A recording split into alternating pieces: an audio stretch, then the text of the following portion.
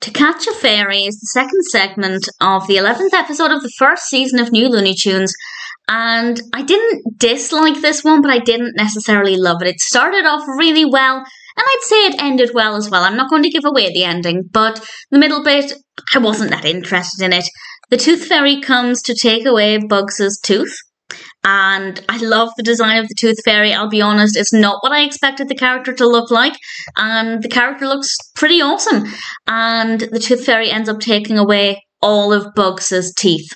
And the animation is pretty good. He looks very gummy, and he tries to eat a carrot, which I can only imagine would be really painful if you're trying to chomp down gums onto carrot. And with Squeaks' help, he is determined to get his teeth back. And I'll say no more about the specifics, but it was an okay narrative. I liked the concept. I thought it was pretty creative and generally well executed. But I didn't find it as fun or as adorable as a lot of others.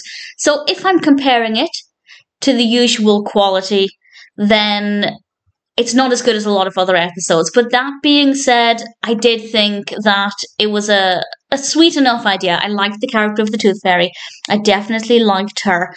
But in general, it was fine. It was not a bad cartoon. I didn't come away from it feeling like I didn't like it, but at the same time, it's never going to be one of my favourites. That being said, if you're a fan of Looney Tunes, if you like Bugs Bunny, then To Catch a Fairy is probably worth watching, but I think for me, once is once enough. It's okay, I didn't mind it.